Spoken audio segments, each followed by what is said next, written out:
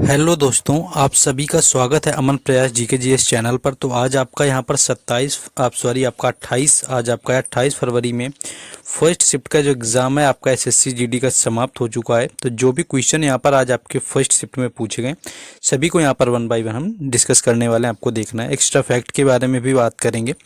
Question था कि आपका फ्लैमिंगो फेस्टिवल कहाँ पर मनाया जाता है। ऑप्शन आपके इस तरह से कुछ दिए हुए थे। तो फ्लैमिंगो फेस्टिवल की अगर बात करें तो आंध्र प्रदेश जो है इसका राइट आंसर था, जहाँ पर फ्लैमिंगो फेस्टिवल को मनाया जाता है। और ये त्यौहार आंध्र प्रदेश के नेल्लौर जिले के झील शहर में आपका यहाँ पर सेलूरुपेट्टा में मनाया जाता है। और इस कार्यक्रम में आपका एक काम भी होता है, यानी नौका दौड़ और प्रदर्शनी जैसे जो होते हैं कार्यक्रम भी शामिल किए जाते हैं। इसी को राजहंस पक्षी हर साल पुलिकट झील में आते हैं, जिनको फ्लैमिंगो कहा जाता है। वही राजहंस पक्षी होते हैं। तो हर साल ये क्या होते हैं कि आते हैं पुलिकट झील में। फ्लैमिंगो महोत्सव हर साल पर्यटन को बढ़ावा देने के लिए भी आयोजित आपका किया जाता है। नेक्स्ट क्वेश्चन है कि पद्मश्री से सम्मानित होने वाली पहली ट्रांसजेंडर कौन सी थी। देखिए, अगर पद्मश्री की बात करें तो जो सम्मानित होने वाली थी वो रही हुई थी यहाँ पर नर्तकी नटराज। नर्तकी नटराज इसका राइट आंसर था, जो कि आपके पद्मश्री से सम्मानित होने वाली पहली ट्रांसजेंडर यहाँ पर रही हुई थी आपकी नृत्यांगना। इनका जो जन्म है वो तमिलनाडु के अनूप नदी गांव में हुआ था, जो कि मदुरै के करीब है। और पद्मश्री से सम्मानित होने वाली जो रही हुई थी पहली ट्रांसजेंडर व्यक्ति रही हुई थी। और इसको एसएनए पुरस्कार और तमिलनाडु राज्य पुरस्कार जो होता है कलाई मामड़ी से भी सम्मानित किया गया है। नेक्स्ट आगे बढ़ेंगे, लेकिन देखिए कि आपका क्या है कि इस साल आपकी लगातार वैकेंसी, यहाँ पर वैकेंसी पर ही वैकेंसी आनी है ऑलमोस्ट। तो यहाँ पर अगर बात करें तो आपके लिए टेक्स्ट बुक का पूरा सेल आ चुका है। आपके लिए यहाँ पर आपको 1 ईयर की वैलिडिटी मिलने वाली है।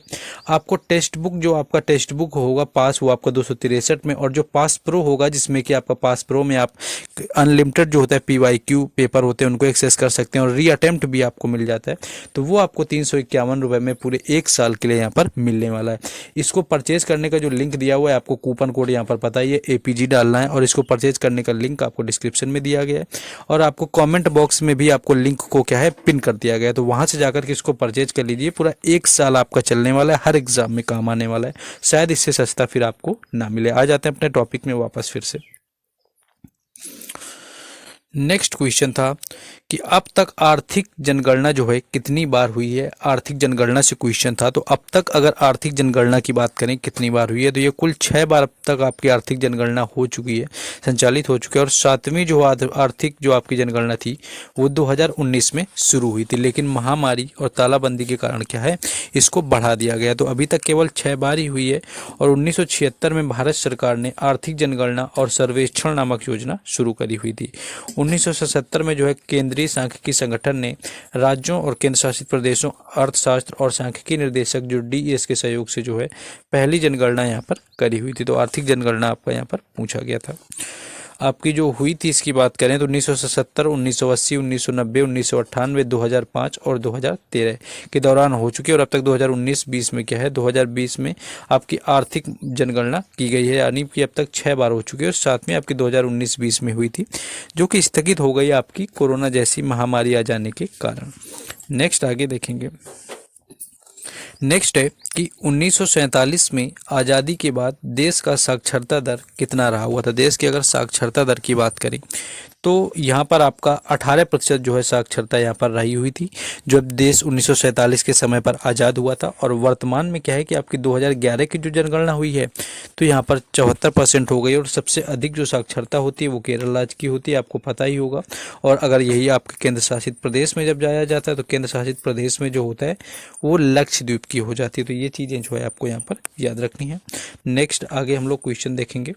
नेक्स्ट आपका था कि किस अनुच्छेद में राज्यपाल को सहायता और सलाह देने के लिए मंत्रिपरिषद का जो है प्रावधान किया गया है। तो सलाह देने के लिए जो है मंत्रिपरिषद के अगर प्रावधान की बात करें तो ये आपका अनुच्छेद जो है 169 यानी कि 169 जो है इस क्वेश्चन का राइट आंसर था, जिसकी व्यवस्था यहाँ पर करी गई है। नेक्स्ट हम लोग आगे बढ़ जाते हैं।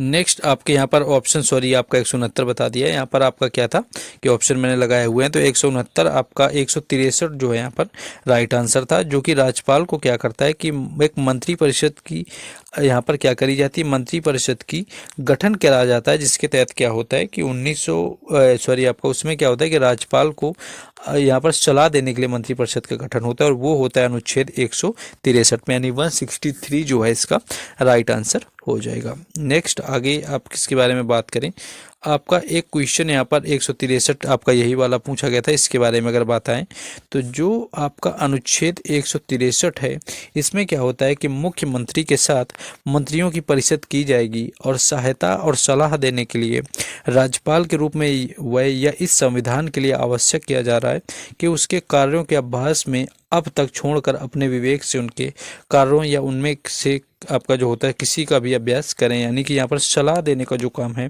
वो राज्यपाल का जो है वो मंत्रिपरिषद का होता है, और जिसका जो गठन है वो होता है जाकर के आपका अनुच्छेद 163 के अनुसार। तो ये क्वेश्चन आपका जो है यहाँ पर पूछा गया था। नेक्स्ट क्वेश्चन है कि मोहिनी अट्टम किस राज्य का लोक नृत्य है, तो मोहिनी अट्टम की बात करें तो केरल इसका राइट आंसर था। कई बार ये क्वेश्चन पूछा गया है। मोहिनी अट्टम जो है वो केरल का लोक नृत्य है, और मोहिनी अट्टम का जो नाम है मोहिनी शब्द से लिया गया है, जो कि भगवान विष्णु का एक अवतार माना जाता है। नेक्स्ट आगे क्वेश्चन देखेंगे, आपका झूमर हरियाणा का लोक नृत्य है, और आपका विदेशिया वगैरह की बात करें तो ये आपका बिहार का है। ये आपसे झूमर आपका राजस्थान में भी मनाया जाता है, एक्चुअली यहाँ पर ऑप्शन में आपको राजस्थान दिया होगा आपका।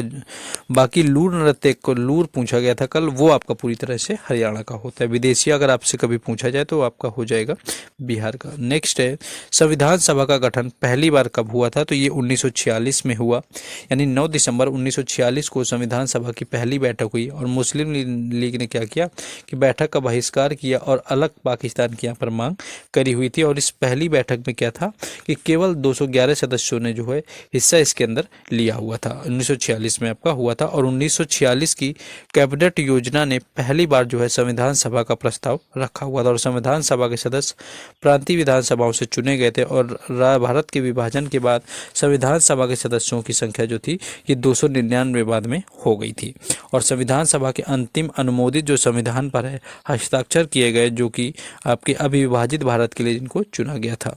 और 9 दिसंबर 1946 को पहली बैठक आयोजित की, और 14 अगस्त 1947 को भारत के प्रभुत्व के लिए संप्रभु संविधान सभा के रूप में फिर से आपको इकट्ठा किया गया था। और ये 2 वर्ष 11 महीने और 18 दिनों के अंदर क्या था कि संविधान को आपका अंतिम रूप तैयार दिया गया, यानी कि बनकर के तैयार आपका होने में 2 वर्ष 11 महीने और 18 दिन का समय लग गया था। उद्देश्य प्रस्ताव जो है संविधान सभा के पहले अधिवेशन यानी 13 दिसंबर 1946 को पंडित जवाहरलाल नेहरू के द्वारा स्थानांतरित किया गया था।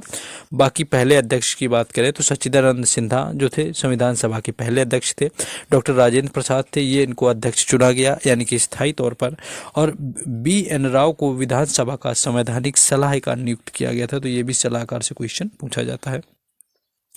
नेक्स्ट है कि विंबलडन निम्नलिखित में से किस खेल से जुड़ा हुआ है, तो लॉन टेनिस इसका राइट आंसर हो जाएगा। लॉन टेनिस या आप टेनिस भी बोल सकते हैं, इसका संबंध है। और विंबलडन प्रतियोगिता जिसे कि सरल रूप से विंबलडन रूप में भी कहा जाता है, दुनिया का सबसे पुराना और सबसे प्रतिष्ठित टूर्नामेंट है, और ये 1870 से लंदन के विंबलडन में ऑल इंडिया क्लब जो इंग्लैंड था उसमें आयोजित किया गया था, और बाहरी घास के मैदान में खेला जाता है। तो अगर आपसे कभी पूछे कि ये किस मैदान में खेला जाता है तो आपके घास के मैदान में खेला जाता है। नेक्स्ट है महात्मा बुद्ध को किस पेड़ के नीचे ज्ञान की प्राप्ति हुई, तो पीपल का पेड़ यहाँ पर राइट आंसर था, यानी कि बोधि वृक्ष के नीचे जो है यानी कि पीपल के पेड़ के नीचे महात्मा बुद्ध को ज्ञान प्राप्त हुआ। नेक्स्ट है देश के दूसरे सबसे लंबे समय तक मुख्यमंत्री कौन बने हुए हैं जुलाई 2023 तक, तो जो कि सबसे अधिक जिनका कार्यकाल रहा हुआ तो नवीन पटनायक जो है इसका राइट आंसर था, जो कि सबसे अधिक समय पर रहने वाले मुख्यमंत्री। उड़ीसा के मुख्यमंत्री नवीन पटनायक ने एक बड़ी उपलब्धि यहाँ पर जुड़ गई है, जो कि यहाँ पर क्या किया है कि दूसरे सबसे लंबे समय तक जो है मुख्यमंत्री बनने वाले आपके दूसरे व्यक्ति यहाँ पर रहे हुए हैं। नेक्स्ट है झूमर किस राज्य का लोक नृत्य है, तो झूमर की बात करें तो राजस्थान जो है इसका राइट आंसर हो जाएगा, यानी कि राजस्थान, जिससे कि इस राज्य का संबंध है झूमर लोक नृत्य का। झूमर से क्वेश्चन आपका ये पूछा गया था। झूमर जो होता है ये भील जनजाति का होता है, एक पारंपरिक लोक नृत्य होता है जो कि सरस्वती देवी की पूजा करने के लिए नियुक्त किया जाता है, और जिसे बाद में अन्य राजस्थानी समुदाय के द्वारा स्थापना किया गया है। घूमर जो है राजपूत राजाओं के शासनकाल के दौरान भारतीय राजस्थान में लोकप्रिय हो गया था, और आमतौर पर सभाओं में महिलाओं के द्वारा आपका किया जाता था। नेक्स्ट क्वेश्चन है पुलिकट झील अभयारण्य कहाँ पर है? तो पुलिकट झील के अभयारण्य की बात करें तो आंध्र प्रदेश इसका राइट आंसर था, जो कि तमिलनाडु के तिरुवल्लुर में कुछ हिस्सों में से गुजरती है। पुलिकट झील क्या है कि एक खारे पानी की लैगून झील है, जिसमें आपूर्ति अवोर्णी कलंगी नदियों के द्वारा होती है, और यह दूसरी सबसे बड़ी खारे पानी के लैगून झील है, जिसे कि वर्ष 2001 में राम साइट्स का भी दर्जा दिया गया है।